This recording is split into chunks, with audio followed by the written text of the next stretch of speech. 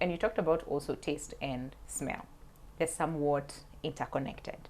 And of course, we all know ENT. I mean, it's one and the same thing. There's a way that it connects. But someone might ask, so if I do not have a sense of smell, will that affect my sense of taste?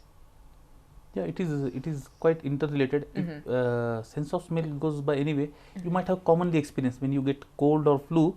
No, you also feel the sense of taste is also flattened. You will Yeah. not feel the taste of food or even tea which you are taking on day to day. Yeah. So that is a short term loss of taste. Mm-hmm. Okay, so they are quite interrelated. Yeah. So how's that? The question is then how? I mean, if I'm not able to smell, how is my taste affected? Like what goes on that I'm not able to taste? The food or whatever it is, maybe drink or food.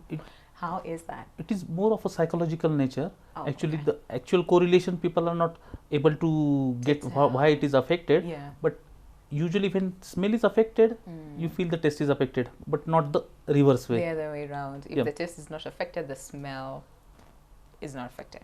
But if smell is affected, the taste is affected. Yeah. Okay. Yeah. All right. Correct to say that. All right. So then we have like the different types of loss of smell, right? Can we just go through them one by one?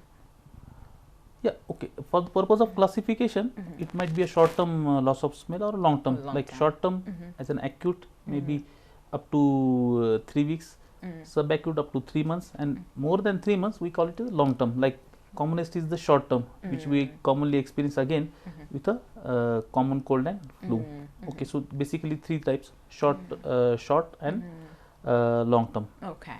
All right. So for short term, like you said, flus. Commonest again. thing. Yeah.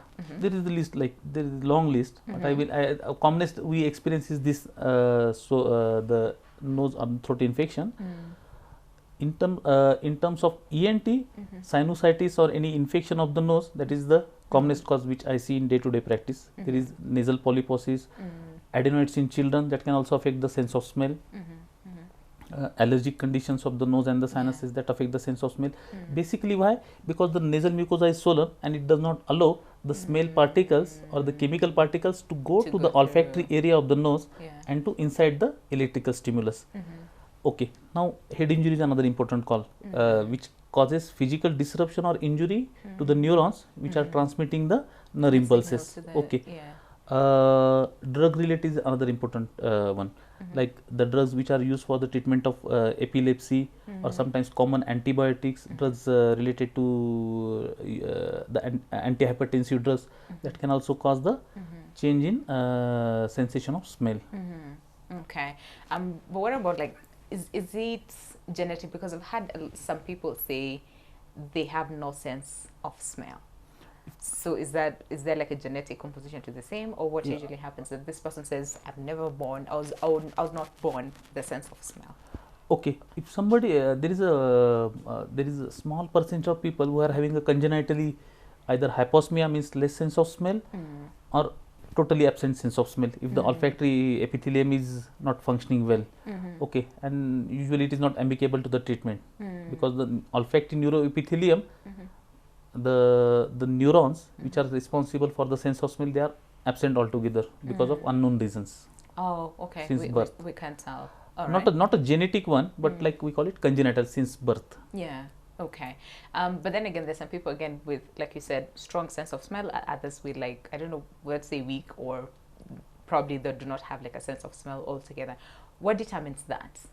In terms of like, some people can have strong sense of smell. They can pick even like the slightest smell. Some people have genetically better sense of smell and taste than other people. Like we can compare French people, they have very good sense of taste, even the smell.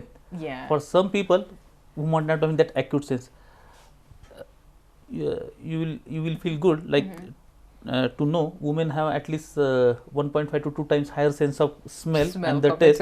That's so true. Sometimes the food which male does not seem there, the food is okay, and the females, no, it's bad, I cannot eat it. So because they have better sense of smell as compared to the male. And that is natural gift, I will say. Oh, that's okay, fine. But then again, what informs that really, like for other people? I mean, forget men and women, gender, one of the factors. But then again, there's some people who just have like a relatively strong sense of smell. So could we say they just born like that with a strong sense of smell as compared to the others? Or there's some Definitely, things, there is genetically some people are having a better sense of smell and the taste. Okay, when we say smell, it is always associated with taste. So I have to mention both. Yes. First thing, but now in experiments, scientists have found when we are repeatedly using like stimulating the nerves, they are better adapted. Like if you are working in perfume industry, and you are You'll have a smelling better sense of 100 smell. perfumes every day. Yeah. Now it increases your acuity to the sense of smell. So you are having a better sense of smell than might be the other people. Compared to others. So like even where you are working or how is along with genetics also, that is also an acquired factor.